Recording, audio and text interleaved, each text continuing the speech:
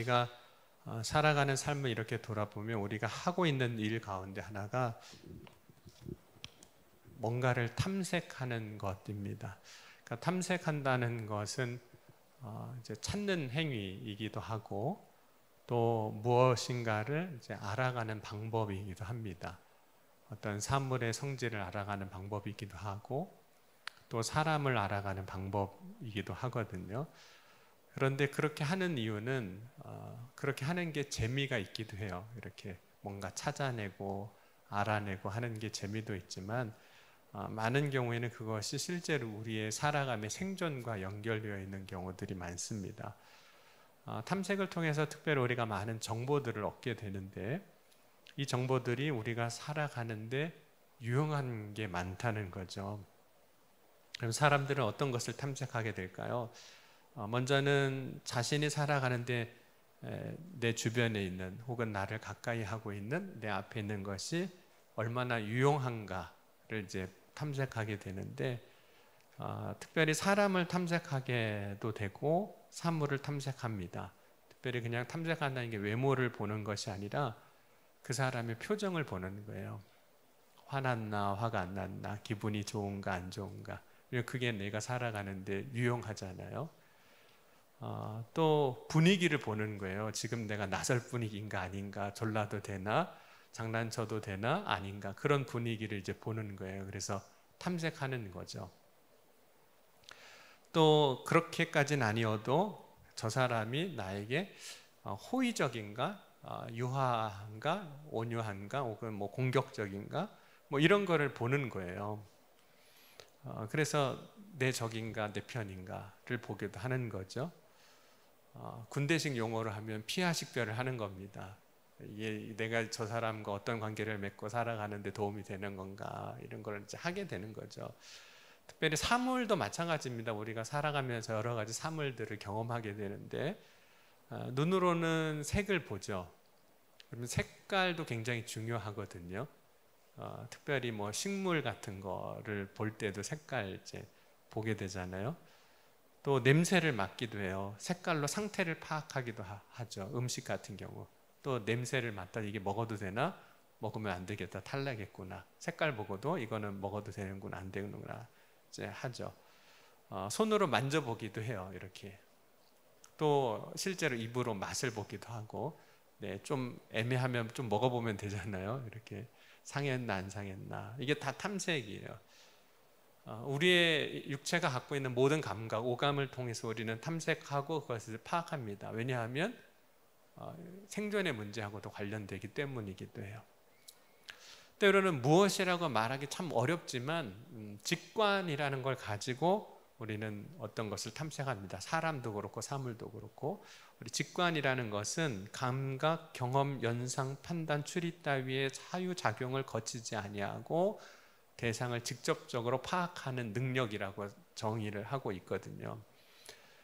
때로는 우리가 그게 논리적으로 어떻다라고 어떤 추리 과정을 거치지 않았지만 그것에 대해서 우리가 딱 느끼는 게 있거든요. 이거는 가까이 하면 안 되겠구나, 이건 멀리 해야겠구나, 이건 조심해야겠구나, 혹은 가까이 해도 되겠구나 하는 것들을 이제 파악한다는 거죠. 그것이 이제 직관이라는 겁니다. 이 모든 것을 가지고 우리는 우리 삶의 주변 환경, 또 사람들, 사물들을 다 탐색하고 있습니다. 여러분들이 다 지금 그렇게 살아왔어요. 네, 이게 말로 이렇게 정리를 해서 그런 거지 다 그렇게 살아온 겁니다. 근데 이러한 삶이 실제로 우리가 안전하게 살아가고 혹은 평안하게 살아가는 삶에 도움이 되기 때문에 하고 있는 거죠. 그러니까 탐색은 일종의 자신을 보호하기 위한 혹은 자신을 지키기 위한 과정인데 이것은 철저하게 자기중심적으로 이루어지는 겁니다. 그런데 사람이 이제 성장하게 되면 탐색을 자기중심으로 하지만은 않습니다. 곧 자기를 위해서만이 아니라 남을 위해서도 뭔가를 모색한다는 거죠. 먼저는 사람이 성장하면 남을 위해서 뭔가를 하기도 하거든요. 근데 남을 위하여 무언가를 할 수 있는 사람이 될 때 그 사람의 지경이 넓어진 겁니다. 그리고 남을 위하여 무엇인가를 하고자 한다면 그때 반드시 다른 사람의 그 삶의 자리에서 탐색하는 일이 필요한 거예요.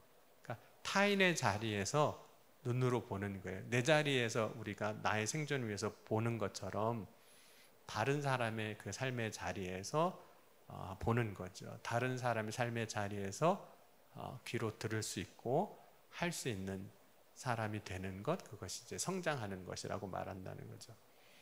여러분, 타인의 자리에서 보는 눈이 열리기 시작하면 하게 되는 일이 있는데, 그 다른 사람, 내가 타인이라고 이야기하는 그 다른 사람이 부딪힐 것이나 거칠 것을 그 사람 앞에 두지 않게 되는 겁니다.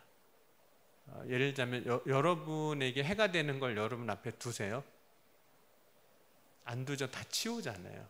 사람이든 사물이든 해가 되는 거, 부딪히는 거, 거치는 건 다 치우는 것처럼. 왜냐하면 탐색하고 나니까 이건 유용하지 않아요. 그래서 다 치우는 것처럼 성장한 사람은 타인의 자리에 가서 이제 부딪히거나 거칠 것이 무엇인가를 보게 된다는 거예요. 그래서 이거를 여기다 두면 이 사람에 걸려 넘어지겠구나. 이걸 이렇게 하면 이 사람에게는 부딪히는 일이 되겠구나 라고 하고 그것을 이렇게 그 앞에 두지 않게 된다는 거죠. 그럼 바울은 오늘 이제 로마서를 통해서 로마에 있는 성도들에게 권면하면서 이렇게 이야기를 합니다. 오늘 14장 13절 우리 같이 한번 읽겠습니다. 그런즉 우리가 다시는 서로 비판하지 말고 도리어 부딪힐 것이나 거칠 것을 형제 앞에 두지 아니하도록 주의하라. 여러분, 다른 사람에게 부딪힐 것이나 거칠 것을 보는 눈을 가진 사람은 그 삶이 다른 사람에게 나중에는 칭찬받습니다. 왜냐하면 그것이 그 사람을, 타인을 배려하는 삶이 되고 결국은 사랑하는 삶이 되기 때문입니다. 여러분, 적어도 이러한 삶을 사는 사람은 다른 사람을 여러 가지 형태로 배려합니다. 그런데 다른 사람의 위치에서 이제 돌아보고 그 앞에 부딪힐 것이나 거칠 것을 두지 않는다고 하는 것이 그 사람, 다른 사람, 타인의 비위를 맞추거나 다른 사람의 눈치를 보는 것, 그것을 의미하지는 않습니다. 이 일은 다 사랑에서부터 시작이 되는 거거든요. 그리고 특별히 오늘 말씀에서 나눈 것처럼 이 일은 믿음에서부터 출발하는 것입니다. 여러분, 누군가의 삶에 부딪히거나 거칠 것을 두지 않는 것은 나의 행동, 말, 모습 등으로 인해서 다른 사람을 망하게 하지 않기 위한 것이기 때문이에요. 왜냐하면 때로는 우리의 삶으로 다른 사람을 멸망으로 가게 할 수도 있습니다. 내 말로 다른 사람을 멸망으로 가게 할 수 있다는 거예요. 내가 살아온 삶으로 다른 사람을 멸망으로 가게 할 수 있다는 거예요. 내가 행동하는 것으로 다른 사람을 멸망하게 할 수 있다는 거죠. 여러분, 나의 그 삶으로 다른 사람을 멸망으로 가게 한다면 그것은 어떤 일이 되냐면 주님이 그를 위해서도 십자가에 죽으신 거잖아요. 주님이 그를 위해서도 십자가에서 죽으셨는데 그를 위해서 십자가에 죽으신 그 주님의 일을 헛되게 만드는 일인 거예요.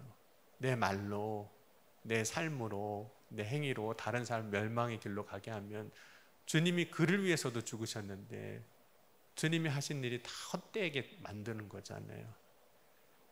그것에 대해서 오늘 바울은 뭐라고 하냐면 그것은 사람에게 범죄하는 것이 아니라 하나님께 범죄한 일이 되는 것이다, 이렇게 얘기를 합니다. 예를 들자면 여러분, 우리가 어떤 거를 이렇게 만들었어요. 완성했는데 누가 와서 그걸 확 무너뜨렸어요. 부셨어요. 그러면 그 사람이 회방한 거잖아요. 방해한 거잖아요. 그게 죄가 되잖아요.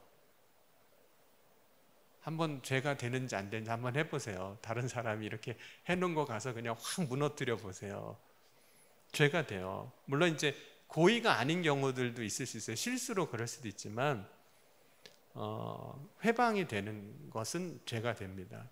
예를 들어서 공무원이 공적으로 일을 하고 있는데 방해하면 공무집행 방해죄가 되는 거잖아요. 어떤 사람이 직장에서 혹은 사업장에서 정상적으로 영업하고 있는데 그거 못하게 막으면 업무 방해가 되는 거잖아요. 그러니까 세상 법으로도 회방을 하거나 방해하면 그게 이제 죄가 성립이 돼요. 근데 여러분, 사람에게 한 것도 죄가 되지만 하나님에게 한 것도 그러면 하나님에게 죄가 되는 거죠. 하나님이 그 한 영혼을 구원하기 위해서 예수님을 십자가에 못 박혀 죽게 하셨고 피 흘리시게 하셨고 고난당하게 하셨는데, 내 삶으로 그렇게 구원한 한 사람을 멸망의 길로 가게 한다면 그건 하나님이 하신 일을 방해하는 거잖아요. 하나님이 하신 일을 무너뜨리는 거죠. 여러분, 마태복음 보면 이제 마태복음 12장 31절에 예수님께서 이렇게도 말씀하셨어요. 성령을 모독하는 것은 사하심을 얻지 못한다. 마태복음 12장 31절에 그러므로 내가 너희에게 이르노니 사람에 대한 모든 죄와 모독은 사하심을 얻되 성령을 모독하는 것은 사하심을 얻지 못하겠고. 그러니까 성령을 모독한다는 것은 성령이 역사하시는 것을 방해하는 모든 행위를 사실 말하는 거죠. 그것은 우리 말이 될 수도 있고 행동이 될 수도 있고 사건이 될 수 있어요. 그러니까 성령을 모독하는 것에 대해서 사하심을 얻지 못한다고 한 까닭은 그것이 결국에는 누구를 대적하는 일이 됐기 때문일까요? 하나님의 일, 하나님을 대적하는 것이 됐기 때문입니다. 그러니까 궁극적으로 여러분, 하나님의 일을 막는 사람 혹은 대적하는 사람은 누굴까요? 누가 그렇게 하는 거죠? 사단 마귀가 그렇게 하는 거예요. 그러니까 우리가 자칫 잘못하면 그렇게도 할 수 있다는 거죠. 물론 어둠이 빛을 막을 수는 없지만 여러분, 사단은 어떻게 해서든지 하나님의 일이 이루어지지 않게 합니다. 여러분, 예수님이 공생이 시작하시기 전에 시험을 받으신 것도 사단 마귀가 하나님의 뜻이 이 땅 위에 온전히 이루어지지 못하게 하기 위한 것이었거든요. 여러분, 뿐만 아니라 베드로가 예수님 이제 십자가에 고난 당하시고 죽으실 것을 마태복음 16장에 비로소 말씀하실 때 절대로 그런 일이 일어나지 않게 하겠다고 장담합니다. 그때 예수님께서 베드로 보고 뭐라고 말씀하셨는지 혹시 기억나시나요? 사단아, 내 뒤로 물러가라. 너는 나를 넘어지게 하는 자로다. 내가 하나님의 일을 생각하지 아니하고 도리어 사람의 일을 생각하는도다 라고 말씀을 하신 거예요. 굉장히 세게 책망하신 거거든요. 그 전까지만 해도 베드로가 믿음의 고백으로 칭찬받았지만 이 베드로의 말 한마디가 하나님이 이 땅에 이루시고자 하신 일, 예수님을 통해서 모든 사람 죄사함 받게 하고 구원받게 하는 일을 막는다는 거죠. 그래서 사단아, 내 뒤로 물러가라 이렇게 말씀하시는 거예요. 여러분, 예수님이 이 말씀하실 때 어떻게 말씀하셨을까요? 부드러운 음성으로, 좋은 어조로 사단아, 내 뒤로 물러가라 뭐 이러시지는 않으실 거 아니에요. 그죠? 책망을 하신 거니까. 여러분이 하여튼 말 실수를 했어요. 그런데 제가 그 못을 보고 예수님이 하신 것처럼 권사님을 딱 보면서 사단아, 내 뒤로 물러가라 그러면 여러분 어떻게 하시겠어요? 네, 다음 주부터 안 나올지도 모릅니다. 그렇죠? 목사님이 교회 갔더니 나보고 사탄이라고 그랬다고, 난 시험 들었다고, 그리고 막 교회 안 나온다고 그럴 거예요. 왜냐하면 그 말이 굉장한 거거든요. 사단이 내 뒤로 물러가라 이렇게 말씀하신 것이. 그럼에도 불구하고 베드로에게 그렇게까지 말씀하신 이유는 뭘까요? 베드로도 까딱하면 예수님 저 제자 안 할래요 그러고 그냥 갈 판이잖아요. 그런데 그렇게까지 하신 이유가 뭘까요? 그 일이 하나님의 일을 막는 것이기 때문에 그런 거예요. 여러분, 오늘 우리가 믿음으로 살면서 참 조심해야 할 일 중에 하나가 예수님이 살리신 자를 망하게 하는 거예요.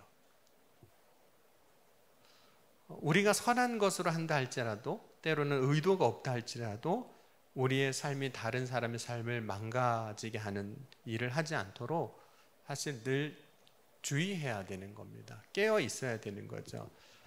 그런데 이러한 삶을 사는 이유는 다른 사람을 위한 것이기도 하죠. 그 사람이 멸망당하지 않게 하기 위한 것이기도 하지만 그것은 궁극적으로 하나님을 위한 일이에요.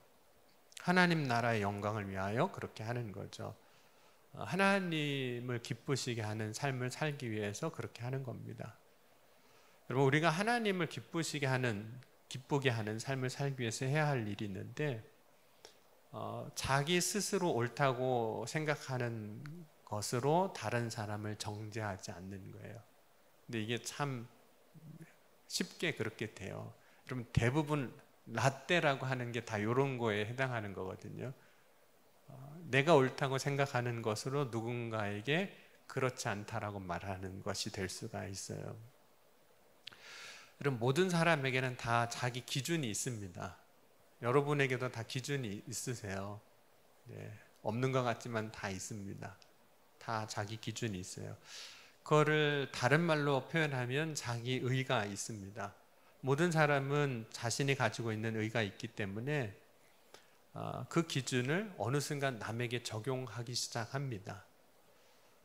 그런데 여러분, 여기서 조심해야 할 것이 자신에게 적용해야 하는 것들을 이제 남에게 적용할 때 일어나는 문제예요.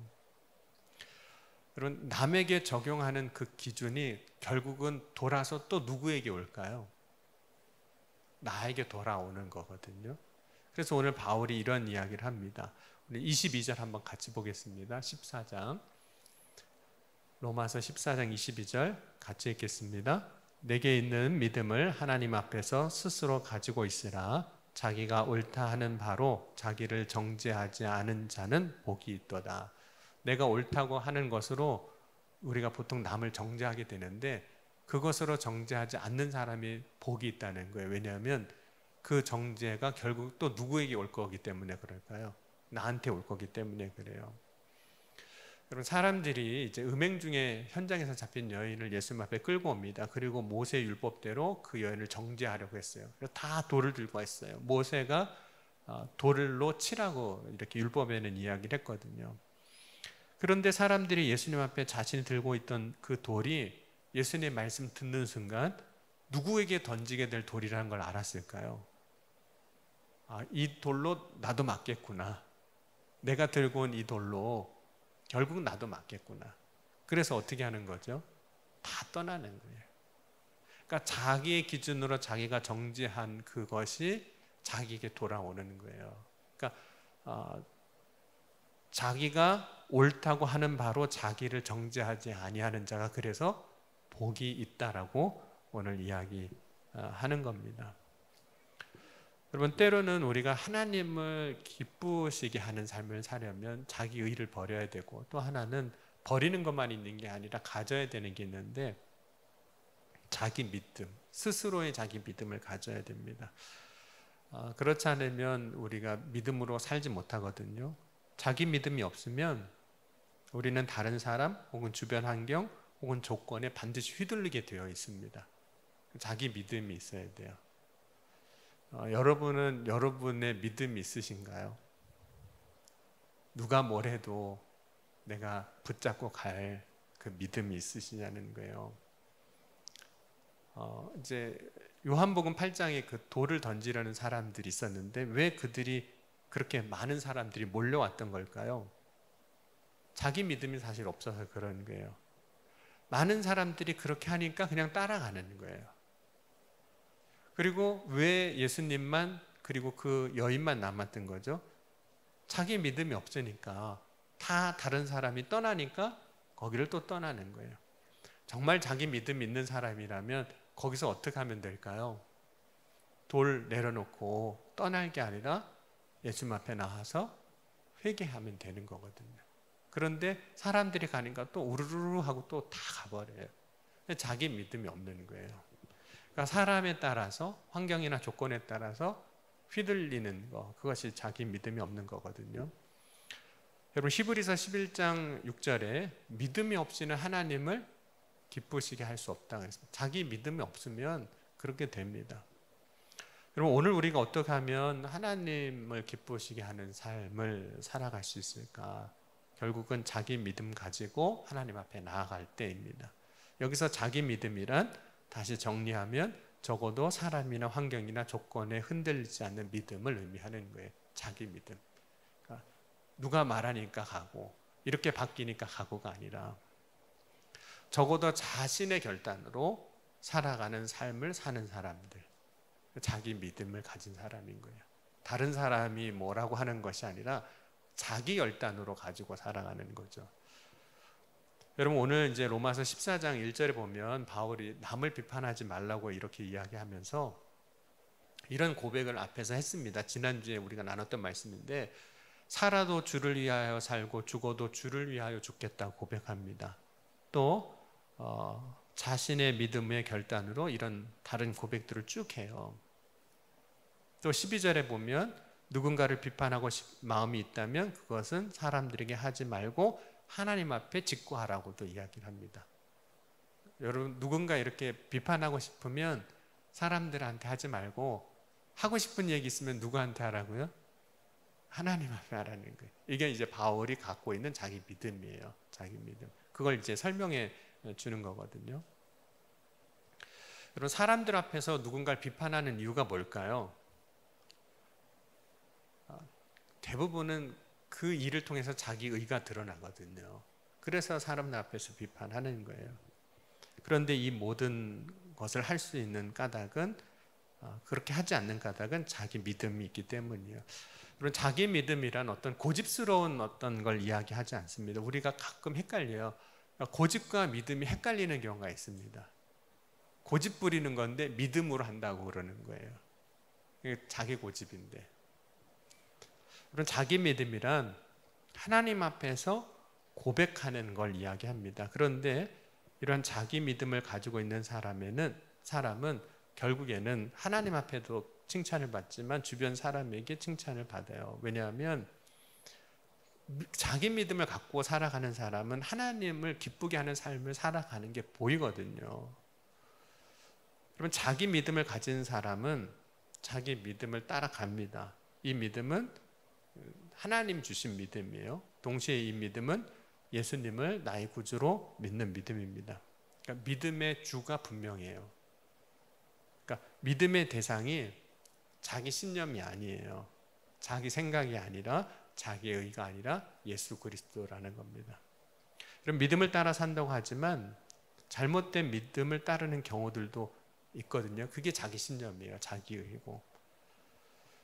그런데 우리는 보통 자기 신념이나 의를 믿음으로 이제 착각하게 됩니다. 근데 그런 사람이 둘이 있으면 어떤 일이 벌어질까요? 자기 신념을 믿음으로 생각하는 두 사람이 있으면 어떤 일이 벌어질까요? 자기 신념을 믿음으로 생각하는 두 사람이 있으면 이런 일이 벌어집니다. 우리 사도행전 15장 35절에서 39절, 사도행전 15장 35절에서 39절 같이 읽겠습니다.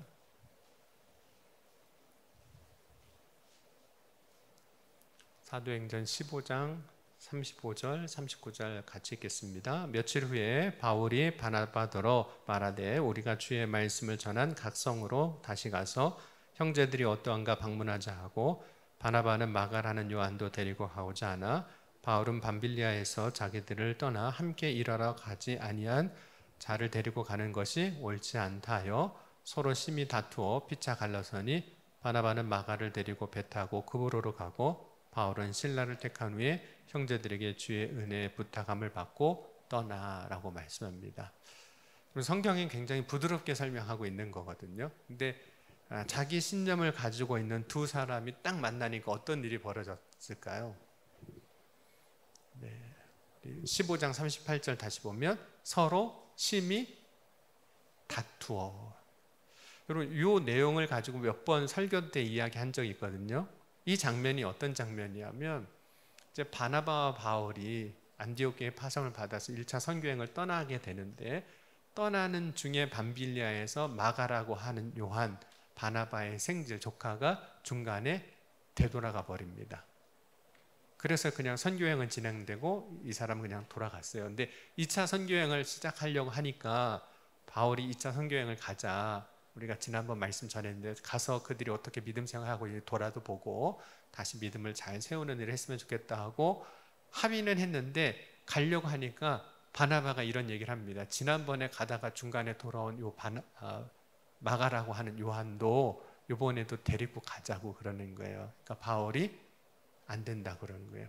여러분, 이 두 사람이 갖고 있는 자기 신념을 우리식 속담으로 제가 한번 표현해 볼게요. 여러분이 누가 맞는지 한번 판단 좀 해주세요. 네, 누가 맞는지. 바나바는 이렇게 하는 겁니다. 사람이 한 번 실수하지 두 번 실수하겠냐?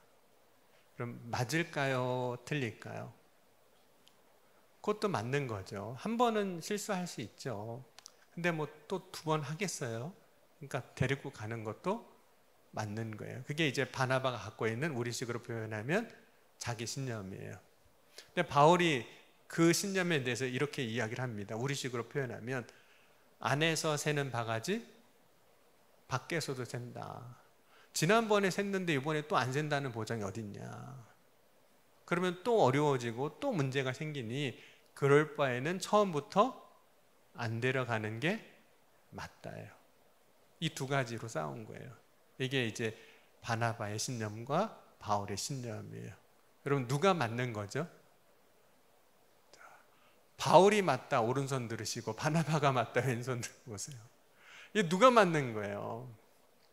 하나님도 참 어려우시겠어요. 이런 때는 바울 편을 들 수도 없고 바나바 편을 들 수도 없고 심히 다퉜어요. 여러분, 이 바울과 바나바가 이 심히 다툴 때, 자기 신념을 가지고 다툴 때 하나님의 마음은 어떠셨을까요? 근심하셨을 거예요. 물론 이제 나중에 이들이 다투고 갈라진 것도 하나님이 선하게 쓰시긴 하지만 하나님이 보실 때는 어떠셨을까요? 마음이 심히 아프셨을 거예요. 그런데 여러분, 그걸 보고 기뻐한 사람은 누굴까요? 사람이라고 그러면 좀 이상하지만 기뻐하는 이는 누굴까요? 사단은 너무 기뻐하는 거예요. 싸워라 싸워라, 바울아 네 말도 맞다, 바나바야 네 말도 맞다. 그러니 절대로 굽히지 말고 네 신념대로 나가라. 그리고 아마 더 부추길 겁니다. 그러니까 누가 기뻐하는 일을 하고 있었던 걸까요? 아마 예수님이 그 모습 보셨으면 둘이 싸우는 모습 보고 이렇게 똑같이 말씀하셨어요. 사단아, 내 뒤로 물러가라. 내가 하나님의 일을 생각하지 아니하고 도리어 사람의 일을 생각하는도다 라고 책망하셨을 겁니다. 여러분, 오늘 우리가 믿음으로 산다고 하지만 어쩌면 우리도 그냥 내 신념으로 살아가고 있는지도 몰라요. 그래서 하나님을 기쁘시게 하는 게 아니라 사단을 기쁘게 하는 일을 하고 있는지도 모른다는 거죠. 그런 다툼은 결코 하나님을 기쁘시게 할 수 없습니다. 왜냐하면 다툼의 끝은 뭘까요? 대부분 다툼의 끝은 분열이에요. 갈라서는 거예요. 여러분, 유다서 1장 19절 보면 이렇게 말합니다. 사람들은 분열을 일으키는 자며 육에 속한 자며 성령이 없는 자니라. 이 사람들은 분열을 일으키는 자며 이렇게 이야기합니다. 성령이 없는 자라고 얘기해요. 갈라디아서 5장 19절 20절 육체의 일은 분명하니 곧 음행과 더러운 것과 호색과 우상 숭배와 주술과 원수 맺는 것과 분쟁과 시기와 분냉과 당 찍는 것과 분열함과 이단과 육체의 일은, 죄의 일은 분쟁과 분열이라고도 분명하게 말씀하고 있습니다. 그럼 우리가 해야 할 것은 분명한 내 믿음을 갖는 거예요. 자기 신념을 갖는 게 아니라. 그런데 그 믿음을 가지고 살아갈 때 믿음이 없이는 하나님을 기쁘시게 하지 못한다고 이야기하는 것처럼 하나님을 기쁘시게 하는 삶을 살아갑니다. 그런데 그 삶이 결국에는 나에게도 유익하고 결국에는 다른 사람에게도 유익하고 그 삶이 결국에는 하나님의 뜻 안에서도 유익한 일이 되는 거예요. 여러분, 오늘 이 시간 저와 여러분이 믿음으로 잘 세워질 수 있기를 주의 이름으로 간절히 소원합니다. 그래서 하나님을 기쁘시게 하는 삶을 살아갈 뿐만 아니라 그 삶이 이웃에게도, 우리의 성도들의 삶에도 본이 되고 칭찬이 되는 그런 믿음의 삶이 됐으면 좋겠습니다. 오늘 이 시간 우리 같이 기도할 텐데 우리 기도 제목은 이렇게 함께 기도했으면 좋겠습니다. 하나님, 내 신념, 자기 신념을 내려놓고 오직 믿음으로 살길 원합니다. 그래서 하나님이 기뻐하시는 믿음의 삶을 살아가게 하여 주옵소서. 오늘 이 시간 이 기도의 제목을 같이 함께 기도하겠습니다.